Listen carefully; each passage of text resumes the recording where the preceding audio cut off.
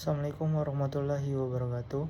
Perkenalkan, nama saya Muhammad Zaki Nugraha dengan NPM B1A022-008. Baiklah, saya akan mempresentasikan materi tentang hukum tindak pidana lingkungan yang membahas pengertian, dasar hukum, subjek hukum, serta sanksi dan penegakan hukumnya. Yang pertama, pengertian tindak pidana lingkungan.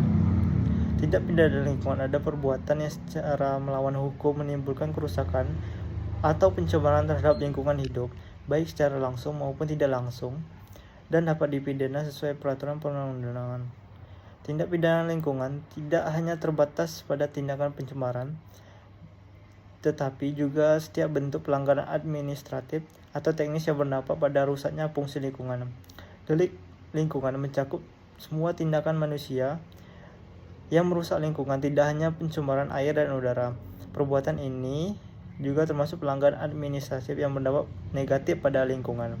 Tujuannya menjaga agar manusia bertanggung jawab terhadap lingkungan hidup. Jadi tindak pidana lingkungan tidak hanya soal pembuangan limbah beracun, tetapi juga mencakup pelanggaran izin pengelolaan limbah yang tidak sesuai aturan dan perusakan ekosistem. Selanjutnya ada dasar hukum tindak pidana lingkungan. Yang pertama, Undang-Undang Nomor 32 Tahun 2009 tentang perlindungan dan pengelolaan lingkungan hidup. Yang kedua, peraturan pemerintah dan peraturan menteri terkait pengelolaan limbah dan pencemaran.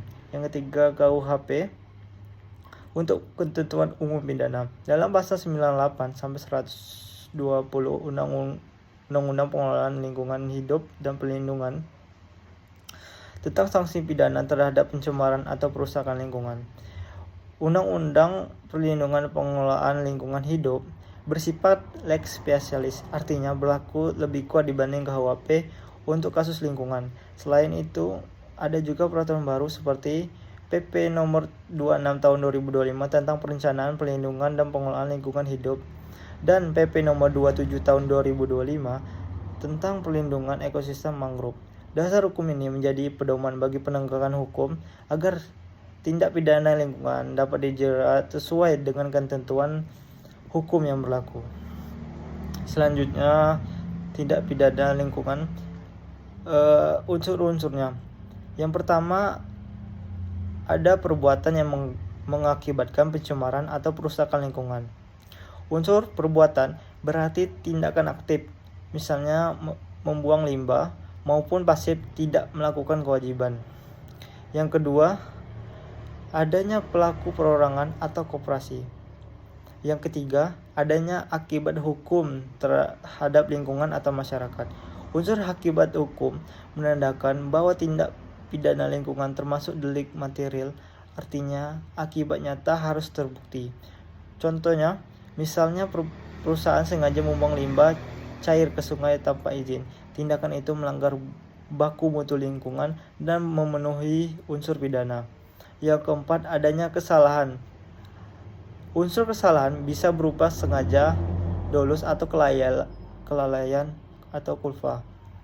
Selanjutnya, subjek hukum. Subjeknya yang pertama, perseorangan, yaitu orang yang melakukan perbuatan mengakibatkan pencemaran atau perusakan lingkungan. Yang kedua, badan hukum atau koperasi. Koperasi dapat diminta pertanggungjawaban jika perbuatan dia dilakukan atas nama atau kepentingan perusahaan. Dalam praktik, pimpinan atau pengurus koperasi bisa ikut dijerat apabila melakukan dan membiarkan pelanggaran terjadi. Ini penting karena banyak pencemaran lingkungan yang dilakukan oleh perusahaan, bukan individu. Karena itu, hukum lingkungan modern memungkinkan penuntutan terhadap koperasi, dan terakhir adalah sanksi pidana. Penegakan hukumnya berupa yang pertama, sanksi administratif berupa teguran, pembekuan, pencabutan izin, penutupan usaha, dan pemulihan lingkungan.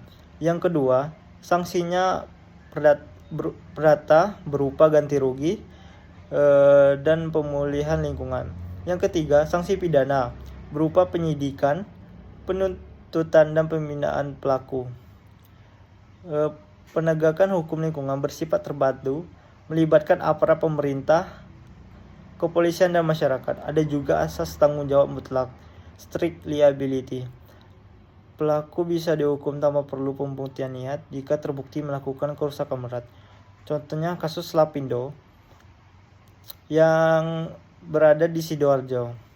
Contoh pelanggaran yang mengakibatkan kerusakan dan menimbulkan tuntutan hukum, perdata, serta administratif. Tindak pidana lingkungan merupakan bentuk pelanggaran serius terhadap hak masyarakat di lingkungan hidup yang sehat.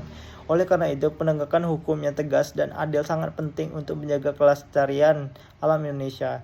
Demikian presentasi dari saya tentang hukum tindak pidana lingkungan. Semoga nambah pemahaman dan menjaga lingkungan bukan hanya tanggung jawab moral tetapi juga tanggung jawab hukum. Sekian, terima kasih. Wassalamualaikum warahmatullahi wabarakatuh.